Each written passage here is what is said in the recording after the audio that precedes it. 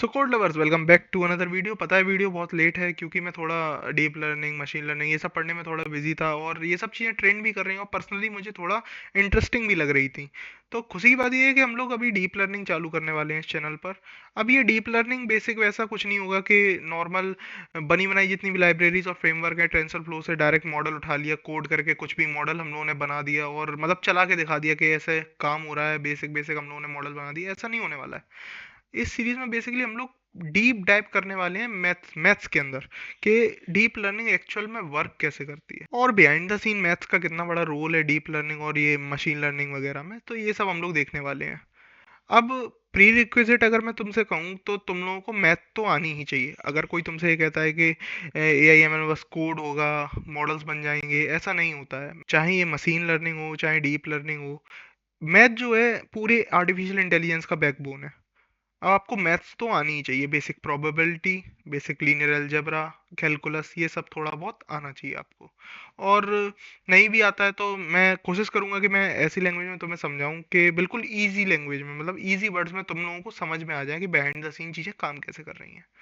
तो बिना किसी देरी के स्टार्ट करते हैं आज का वीडियो। तो अब अगर हम लोग बेसिक चर्चा करें कि डीप लर्निंग में हम लोग एक्चुअल में करते क्या है, तो देखो, डीप लर्निंग में बेसिकली हम लोग न्यूरल नेटवर्क्स बनाते हैं। अब ये न्यूरल नेटवर्क क्या है, तो ऐसा समझो कि जो हमारा ह्यूमन ब्रेन है उसको हम लोग रेप्लिकेट करने की कोशिश करते हैं, उसके न्यूरल नेटवर्क को, उसके न्यूरॉन्स को रेप्लिकेट करने की कोशिश करते हैं डीप लर्निंग में आर्टिफिशियली। अब ब्रेन हमारा वर्क करता है न्यूरॉन्स पे। तो न्यूरल नेटवर्क जब भी हम लोग बनाएंगे तो हम लोग बनाएंगे आर्टिफिशियल न्यूरॉन्स उसके अंदर, और हर एक न्यूरॉन एक दूसरे से कनेक्ट होगा, उसके बेसिस पे वो चीजें सीखेगा और आउटपुट देगा। अब अगर हम लोग बात करें सबसे बेसिक यूनिट की, कि एक न्यूरल नेटवर्क में सबसे बेसिक यूनिट होती है न्यूरॉन, और इसको हम लोग परसेप्ट्रॉन भी बोलते हैं, जो कि सबसे बेसिक यूनिट है किसी भी न्यूरल नेटवर्क की। तो आज की इस वीडियो में हम लोग समझेंगे कि एक परसेप्ट्रॉन या एक सिंगल न्यूरल नेटवर्क, एक सिंगल लेयर न्यूरल नेटवर्क काम कैसे करता है, क्रिएट कैसे होता है, और इससे हम किस तरह की प्रॉब्लम्स को सॉल्व कर सकते हैं। तो चलो देखते हैं कि परसेप्ट्रॉन क्या क्या होता है। तो जैसा कि मैंने तुम्हें बताया, जो परसेप्ट्रॉन है वो हमारा बेसिक यूनिट है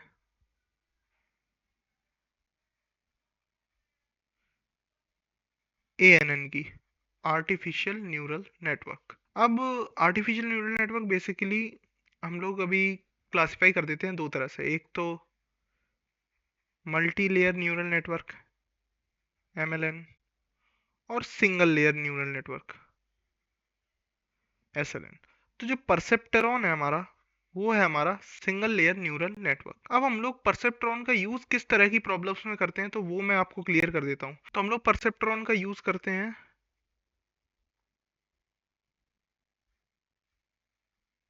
लीनियर बाइनरी क्लासिफिकेशन में, क्लासिफिकेशन प्रॉब्लम में। अब ये किस तरह की प्रॉब्लम होती है, तो देखो, अगर हम एक एग्जांपल लें कि हमारे पास किसी भी पर्सन का IQ है और उसका स्टडी आवर है कि वो दिन में कितने घंटे पढ़ता है, और बेसिकली आउटपुट में हम लोगों को बताना है कि उसकी प्लेसमेंट होगी या नहीं होगी। तो अगर हम लोग कुछ एक एग्जांपल वाइज ले लें, 95 IQ, 110 IQ और 100 IQ, स्टडी आवर्स अगर हम लोग ले लें 3 4 5, और बेसिकली जीरो का मतलब है प्लेसमेंट नहीं होगी और वन का मतलब है प्लेसमेंट हो जाएगी। तो अगर ये हमारा एक बेसिक डेटा सेट है, इसमें हमारी इनपुट्स जो हैं वो है हमारा IQ और स्टडी आवर्स, और आउटपुट हमारा है प्लेसमेंट होगी या नहीं होगी। तो इसमें दो सिनेरियो ही बन सकते हैं, या तो प्लेस हो जाएगा या प्लेसमेंट नहीं होगी। तो ऐसी ही प्रॉब्लम्स को हम लोग कहते हैं बाइनरी क्लासिफिकेशन। इन इस तरह की प्रॉब्लम को सॉल्व करने के लिए हम लोग परसेप्ट्रॉन का यूज कर सकते हैं। अब समझते हैं कि परसेप्ट्रॉन होता क्या है एक्चुअल में। तो परसेप्ट्रॉन है हमारा सिंगल लेयर न्यूरल नेटवर्क। तो अब एक न्यूरल नेटवर्क में होता क्या है, तो सबसे पहले एक न्यूरल नेटवर्क के अंदर आती है हमारी इनपुट लेयर्स, उसके बाद आती है हमारी हिडन लेयर, और फाइनली आता है हमारा आउटपुट। तो अभी अगर हम लोग प्रीवियस एग्जांपल की बात करें तो इसमें हमारे पास दो इनपुट हैं, एक IQ और दूसरा स्टडी आवर्स। आईक्यू की अगर हम लोग बात करें तो आईक्यू वाले इनपुट को हम लोग x1 मान लेते हैं, और स्टडी आवर्स को हम लोग इनपुट x2 मान लेते हैं। तो ये हमारी इनपुट लेयर हो गई, दो इनपुट लेयर, क्योंकि हमारे पास दो इनपुट है तो हमारी ये हो गई इनपुट लेयर। अब ये सिंगल लेयर न्यूरल नेटवर्क है तो हमारी इसमें क्या हो जाएगी, एक ही हिडन लेयर होगी जिसको हम लोग बोल देंगे न्यूरॉन। ये हो गया हमारा न्यूरॉन। और इस लेयर के बाद हमारा फाइनली आ जाएगा जो भी आउटपुट होगा वो, और ये इनपुट जाएंगी इस हिडन लेयर में। तो बेसिकली कुछ ऐसा दिखता है हमारा एक परसेप्ट्रॉन। अब इसमें और भी चीजें होती हैं, जैसे कि वेट्स। तो अगर वेट्स इधर मान ले रहे हैं हम लोग W1 और इधर W2, और एक और चीज होती है जिसे हम लोग कहते हैं बाइस।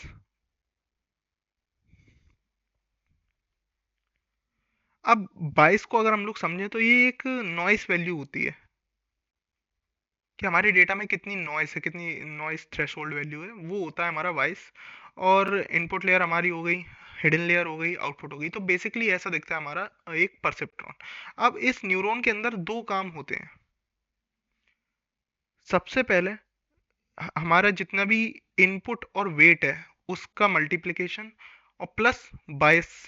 यानी कि अगर हम लोग इसको ऐसे लिखें, यानी कि अगर हम लोग समझें तो इन न्यूरॉन के अंदर दो स्टेप होंगे। अगर स्टेप वन हम लोग लिखें तो स्टेप वन में क्या होगा, हमारे जितने भी इनपुट है, अगर हम एक वेरिएबल z मान लें, तो स्टेप वन के अंदर क्या होगा, इनपुट x1 और वेट w1, इन दोनों का मल्टीप्लाई। और दूसरा इनपुट हमारे पास x2 और w2 है, तो w2 और x2 इनका मल्टीप्लाई। और प्लस हमारा जो बायस, बायस को हम लोग मान ले रहे हैं b1, तो फाइनली ऐड हो जाएगा b1।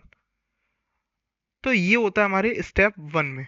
अगर हम लोग मैथमेटिकली समझें, जितने भी वेट्स और इनपुट है उनका मल्टीप्लिकेशन और प्लस बायस, इन सबका समेशन। तो अगर हम लोग इसे एक जनरलाइज फॉर्म में लिखें, मान लेते हैं हम लोग हमारे पास n नंबर ऑफ इनपुट है, तो हम लोग इसको कैसे जनरलाइज वे में रिप्रेजेंट करेंगे, तो हम लोग लिख सकते हैं n is equal to summation of i is 1 से लेके n तक, जहाँ पर मल्टीप्लाई हो जाएगा हमारा वेट्स और इनपुट का, प्लस हमारा बायस v1। ये हो गया एक जनरलाइज फॉर्म। तो न्यूरॉन के अंदर सबसे पहला स्टेप होता है ये इसको कैलकुलेट करना, ये जनरलाइज जो भी हमारा फॉर्म बना है इनको कैलकुलेट करना। अब दूसरे स्टेप में हम लोग क्या करते हैं, दूसरे स्टेप में हम लोगों का आता है एक्टिवेशन फंक्शन। एक्टिवेशन,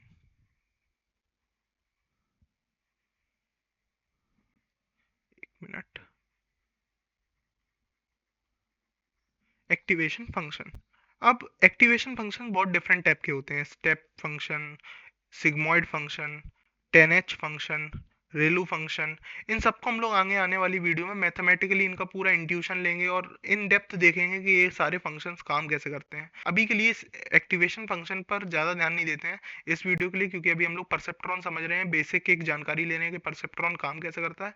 तो बेसिकली बस अभी के लिए आप लोग इतना समझ लीजिए कि पहले स्टेप में हमारा ये कैलकुलेशन होगा और दूसरे स्टेप में हमारा ये एक्टिवेशन फंक्शन होगा। अभी एक्टिवेशन फंक्शन यूज क्यों होता है, तो अभी तो हमारा ये एक single layer neural neural network है, एक ही हिडन लेयर। इसमें अगर इसमें मल्टीपल हिडन लेयर हो तो एक्टिवेशन फंक्शन ही डिसाइड करेगा कि कौन सा न्यूरॉन कब एक्टिव होगा। तो एक्टिवेशन फंक्शन बेसिकली यूज क्यों होता है, कि बताने के लिए कि न्यूरॉन कौन सा न्यूरॉन कब एक्टिवेट होगा और आगे क्या आउटपुट भेजेगा। तो अभी के लिए हम इसे ऐसे लिख लेते हैं कि इस पूरे न्यूरॉन के अंदर हम लोगों का कैलकुलेशन कुछ ऐसा हो जाएगा। फाइनली हम लोगों का जो एक्टिवेशन फंक्शन को हम लोग ऐसे लिख देते हैं, एक्टिवेशन फंक्शन के अंदर ये जो z वैल्यू कैलकुलेट होके आएगी वो हम लोग पास करा देंगे, और इसी के बाद जो भी आउटपुट, ये जो भी इसकी वैल्यू आएगी वो एज अ आउटपुट हम लोग भेज देंगे। अब आउटपुट पे दो चीज़ें होंगी, एक तो हमारा जो पहले से जो ट्रेनिंग डेटा होगा उसमें पहले से आउटपुट होगा, उससे वो चेक करेगा कि ये हमारा आउटपुट सही आया है कि गलत आया है। तो इधर पर एक चीज़ और होगी, loss function. Loss function, loss function हमारा क्या करेगा, वैसे तो लॉस फंक्शन भी बहुत अलग अलग टाइप के होते हैं, लेकिन अभी के लिए हम लोग एक बेसिक समझ ले रहे हैं कि जो हमारा ओरिजिनल आउटपुट होगा, वाई हमारा जो ओरिजिनल आउटपुट है, और वाई कैप हमारा है प्रिडिक्टेड आउटपुट, इनका स्क्वायर बेसिकली ये चीज हमें बताएगी कि हमारा जो मॉडल है, जो हमारा न्यूरल नेटवर्क है, वो कितना एरर दे रहा है, उस वो जो आउटपुट प्रिडिक्ट कर रहा है उसमें कितना एरर है। और उस आउटपुट को आगे हम लोग, टेक्निक्स होती हैं बैक प्रोपोगेशन, इन सब की मदद से हम लोग उस आउटपुट को मिनिमाइज करने की कोशिश करेंगे। तो ये हमारा हो गया है बेसिक परसेप्ट्रॉन का एक पूरा का पूरा डायग्राम, कि हमारा परसेप्ट्रॉन काम कैसे करता है और परसेप्ट्रॉन में क्या क्या चीजें होती हैं। अगर हम लोग एक वर्ड में समराइज करें तो परसेप्ट्रॉन हमारा आर्टिफिशियल न्यूरल नेटवर्क की बेसिक यूनिट है, जिसको हम लोग सिंगल न्यूरल नेटवर्क भी कहते हैं। ये हमारा बाइनरी क्लासिफिकेशन प्रॉब्लम को सॉल्व करने के काम में आता है। और उसके बाद परसेप्ट्रॉन में हमारे इनपुट लेयर होती है, एक हिडन लेयर होती है और आउटपुट देता है वो हमें। और हिडन लेयर के अंदर जो हमारा न्यूरॉन है उसके अंदर दो स्टेप होते हैं। सबसे पहले वो वेटेड सम और बायस को सम करके कैलकुलेट करेगा, उसके बाद उसे वो एक्टिवेशन फंक्शन के अंदर पास कर देगा, और उसके बाद जो भी आउटपुट आएगा उसे लॉस फंक्शन के अंदर डालकर देखेगा कि हमारा कितना एरर है, और बैक प्रोपोगेशन की मदद से एरर को मिनिमाइज करने की कोशिश करेगा। अब ये था हमारा बेसिक परसेप्ट्रॉन। अब हम लोग बात करेंगे आगे चल कर के एक्टिवेशन फंक्शंस के बारे में बात करेंगे, और मल्टी लेयर न्यूरल नेटवर्क की भी बात करेंगे।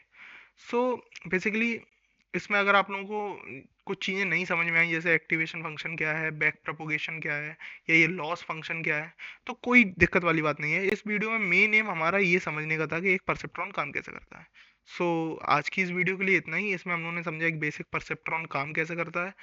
और अगर आप लोगों को समझ में नहीं आया तो वीडियो को बैक कर कर जाके दोबारा देख सकते हैं, आप लोगों को कंफर्म समझ में आएगा। मैंने पूरी कोशिश की है सिंपलेस्ट वे में समझाने की।